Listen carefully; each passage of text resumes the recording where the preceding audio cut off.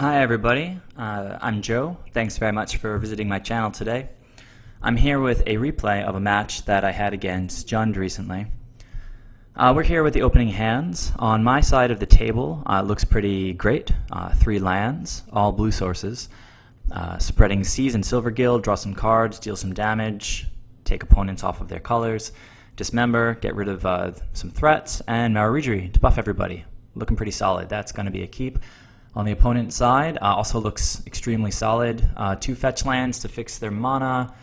Dark Confidant, draw some cards. Inquisition, get rid of my best card. Scavenging Ooze can become a really big threat. Abrupt Decay, another piece of removal. And Liliana to take control of the game. Let's see how this first game went.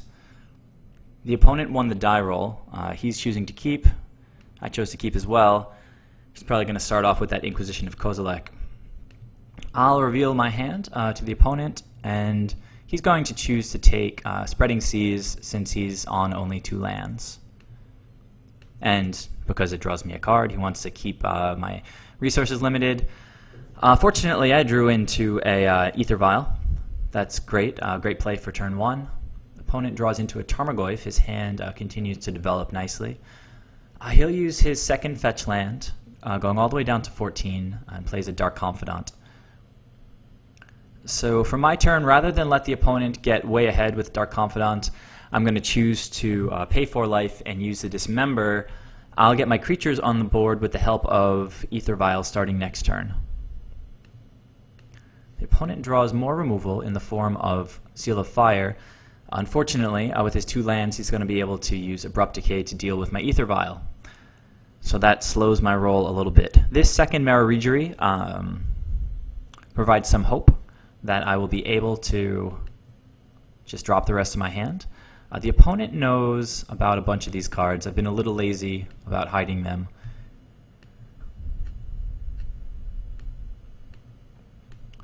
He knows about all of them, actually. Alright, so just go ahead and hide that. Looks like he drew that 3rd land, and he's going to play Liliana and just really close down the game here.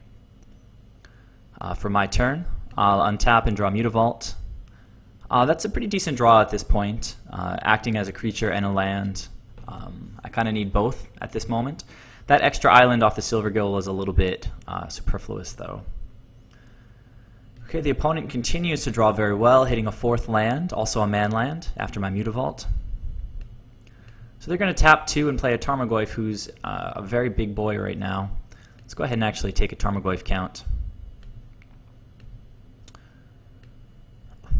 Alright, pause this thing for a minute. Let's go ahead and open my graveyard again. Alright. So what do we have? Creature, instant, land, sorcery, artifact, enchantment. I believe this guy is a 6/7 at this point. The opponent has him mislabeled as a 5/6, but I'm going to count it up during the game and remind him that guy will be accurately reflected soon enough. A lot of Jund decks are starting to play Seal of Fire. I don't know who first did this. I know that Reed Duke was doing it before a lot of other people were doing it, just to make the Tarmogoyf bigger. Seal of Fire is like a shock in the form of an enchantment. It can throw 2 damage either at a creature or at a player, and it throws an enchantment in the graveyard, which is really great for the 4 Tarmogoyfs that they play. Alright, so it's my turn. I'm looking at his board and thinking a little bit. With only the Reejerey in my hand, I'm going to throw that guy out there, hoping that he forgets about the Seal of Fire. He doesn't. My Master of the Pearl Trident will bite the dust, and can't really do too much else here, so I'm going to play that island. So what's the idea? I'm trying to get Lily off the table. She's at 1, and I'm going to sacrifice one of my creatures to deal with Liliana. Now, I feel like a lot of people would do that, blocking the Mutavault. I have a lot of other lands. I'm going to be able to cast my spells. Mutavault is particularly good, I guess, against Liliana because she can't edict. She can't force me to sacrifice it. But at the same time, Silvergill Adept gives me blue devotion for Master of Waves and makes more elemental tokens. So in my view, it's a closer call than a lot of people seem to think it is, as far as whether to block Mutavault or another 2-power creature. Alright, the opponent now, there's a Planeswalker in the graveyard, so Tarmogoyf is becoming about as big as possible. Plays out Scavenging Ooze, has 2 green mana up. This game is coming up roses for the Jund player, and I'm just struggling to stay alive. If you remember, he took 6 damage from his own land, so I've done, I think, 1 damage to him, or he took 1 other damage from something. I can't remember at this point, but pretty ineffective game of Magic right here for the Merfolks. Alright, Dark Confidant, Slaughter Pact is too much. It's too much. But I don't like scooping, so I think very carefully about who I want to block. Could potentially double block, take the Scavenging Ooze out. I think there's only 1 creature in the graveyards right now, so I don't know. Maybe there's none. I think I'm just going to chump the Tarmogoyf and take that damage from the Scavenging Ooze. The opponent's going to draw cards. He's got so much power. I'll tap out and play this Silvergill Adept, because why not? Untap a land with Merrow Reejerey and hit a Lord. I'm pretty sure that's just about it. I'm not going to be able to play that guy, and the opponent can just swarm me. So gaining some life with Scavenging Ooze. Well, looks like I didn't. Okay, when he reveals the Inquisition, just realize the card advantage is going to get super out of hand. And yep, that was it for game 1. An amazing game for Jund, just everything they could have wanted.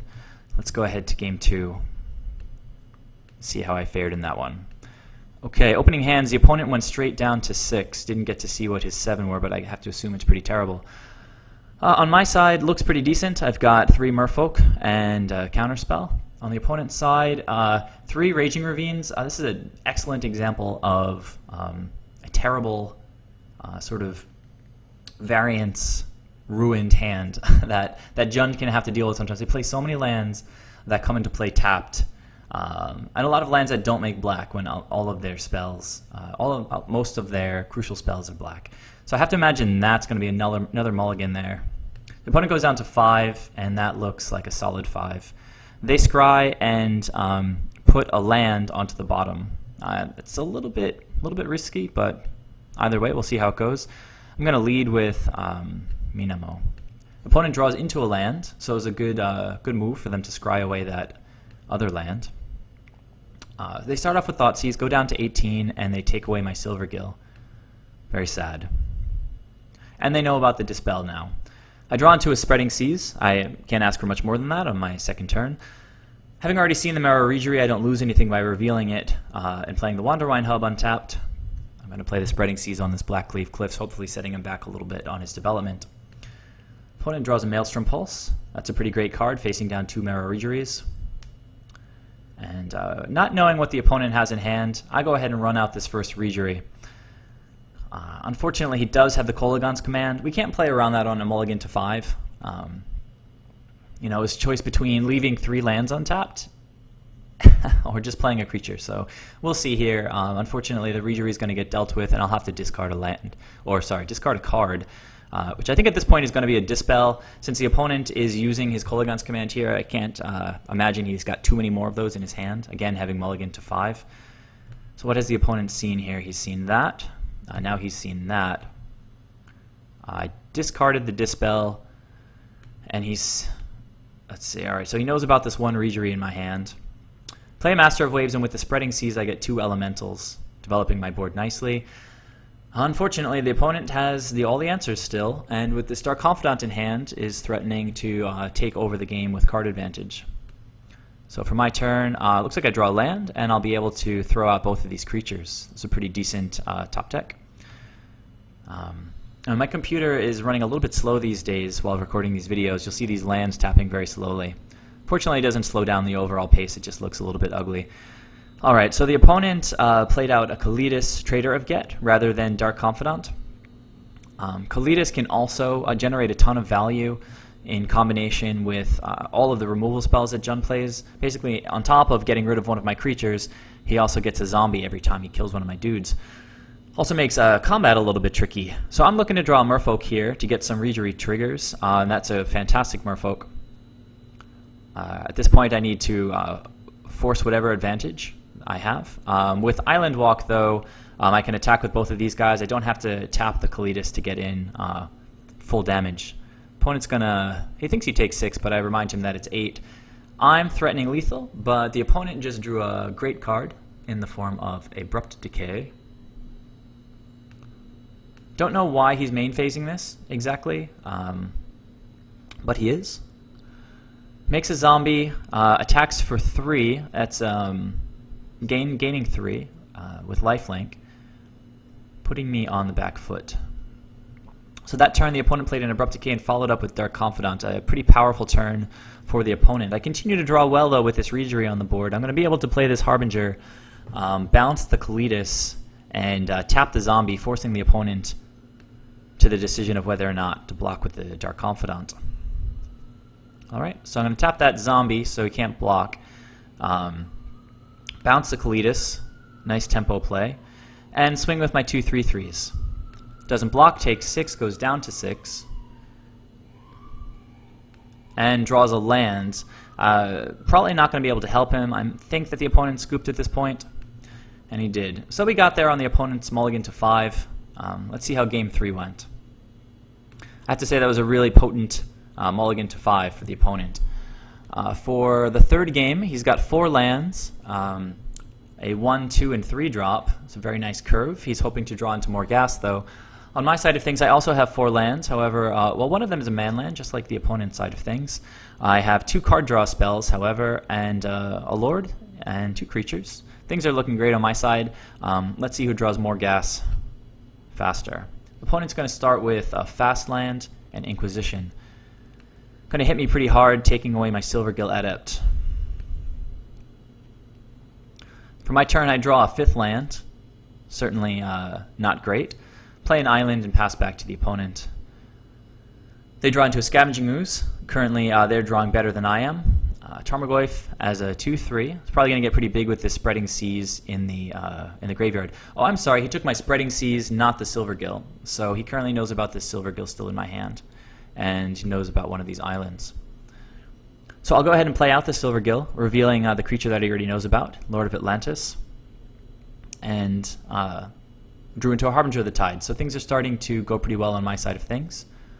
The opponent plays a Stomping Grounds, going down to 18, and it's going to 2-for-1 me here, killing my Silvergill Adept and making me discard. I've got plenty of lands, so that actually doesn't hit me very hard at all. I'll get rid of another island. Tarmogoyf, as I predicted, is now a big guy. 5/6. Let's double check that. We've got instant sorcery, creature, land. Instant sorcery, creature, land. I believe that's 4/5. Am I missing something? Sorry, this is my hand, not my graveyard, of course. I'm missing something. We've got an enchantment. So there he is, 5/6. And I reminded the opponent that Tarmogoyf is a stupid card over here.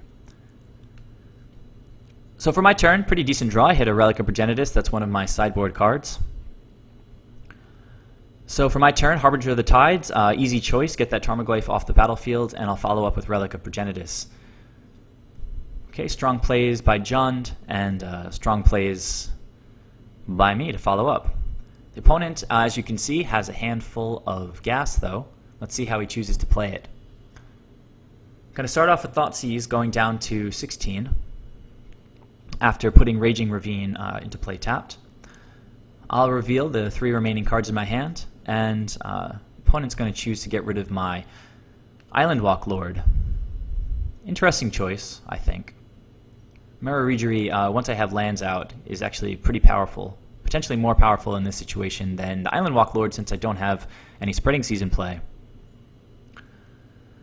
Opponent follows up with his Tarmogoyf, and I'm going to activate the Relic I'm thinking about which player to target. I'm going to target my opponent, who currently has, I think 2 instants or 2 sorceries. 2 sorceries and an instant, and just make him get rid of one of those. Get Tarmogoyf down to a 4/5 for now. I draw a Dismember, and that's pretty good now that Tarmogoyf is within range. And with my last land, I could choose to also play the Reejerey this turn. So I'm going to start off, pay 4 life, I'll get rid of that Tarmogoyf. Opponent's threats are now dealt with. I'll put that Reejerey into play since the Tarmogoyf is gone now. I won't have to crack the Relic, so I don't need to leave mana up. The opponent took 3, going down to 13. Drew a Lightning Bolt. Dealing with the Merrow Reejerey, follow up with the Scavenging Ooze, with 1 green mana up to eat one of my creatures. So the opponent knows the contents of my hand at this point. He knows I have 0 cards. I'm going to untap, During the upkeep, while I'm thinking about it, I'll make him mill one of his graveyard cards. And that was a really, really great draw. I can push damage if I choose to. Otherwise, I can crack the Relic and see what I draw. With the opponent's Scavenging Ooze as a 3/3, I'm probably not going to attack into it with the Harbinger, though that's a reasonable choice if I want to be super aggressive about things. But I think I'm going to start by cycling this Relic of Progenitus, make any future Tarmogoyfs tiny, and I drew into a Tidebinder Mage, another sideboard card. So that's obviously going to do a great job at this point, since the opponent's only threat is Scavenging Ooze. Let's see if we can force the opponent to use this Maelstrom Pulse on the Tidebinder Mage. Sort of a negative tempo play, using a 3-drop to deal with a 2-drop.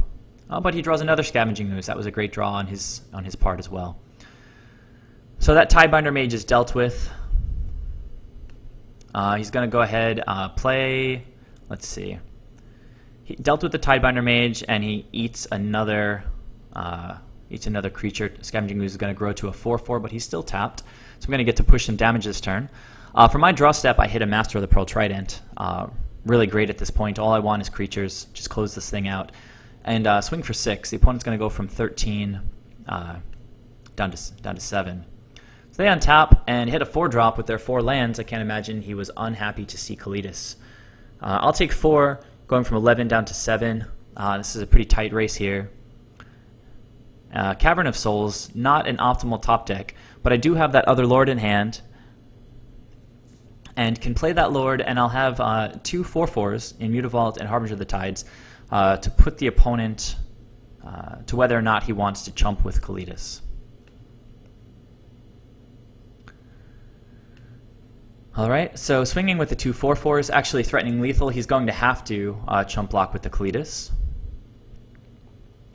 So he gains 3 off of that, and then he's going to take 4 from the other creature that gets through, leaving him at 6. He's going to get to untap with a 4/4 Scavenging Ooze, facing down 2 3/3 Lords.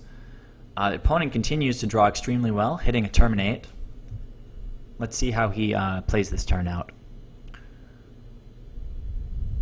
Going to start off with Terminate. This opponent has been main phasing some removal when he doesn't have to. Terminate is an instant, so I don't know, maybe I would have double blocked and could have tried to blow me out or something. I don't know if that opportunity was there, but main phasing instants just always seems a little bit amateurish to me. The opponent's getting in with this 4/4. We can check what creatures are in the graveyard. I'm pretty sure it's just Kalitas on his side and the Lord on my side. But that represents this guy going up to a 6/6. The opponent's going to use his remaining 2 mana, however, to play out the next Scavenging Ooze. Seems like, if we slow down for a moment here, that if I activate the Mutavault, I'm going to be swinging with 2 3/3s and a 2/2. If he blocks one of the 3/3s, he's only going to be taking 5. So I'm looking to draw something here that interacts with the Scavenging Ooze. Hopefully not Dismember, because that spell is unfortunately dead at this point with me only on 3 life. So let's see how I draw here. Master of Waves is pretty good. It's not going to win me the game this turn, but I do think about it a little bit, about what the opponent's outs are, what my outs are. Eventually I just drop the Master of Waves. Guess the opponent is a little bit unhappy, salty maybe, that I drew such a great card. There he is. LOL, nice draws. I agree, that was a really nice draw. But he's been drawing super well every single turn, so I'm going to swing with this guy right now, who's a 3/3. And with no mana to buff the Scavenging Ooze, I think the opponent is just going to take the 3 here. Alright, what are they going to draw here? Hit a land. It's the first bad top deck I think he's had all game. So the opponent scoops it up, calls me a lucky man, and I can't help but agree with him. Playing Merfolk, I feel like I get lucky quite often. So that's it. Another win against Jund. Hope you guys enjoyed the match. Let me know if I made any stupid mistakes, or if you have any other thoughts. Leave comments. Subscribe, please, if you haven't already. And I'll catch you in the next video. See you later.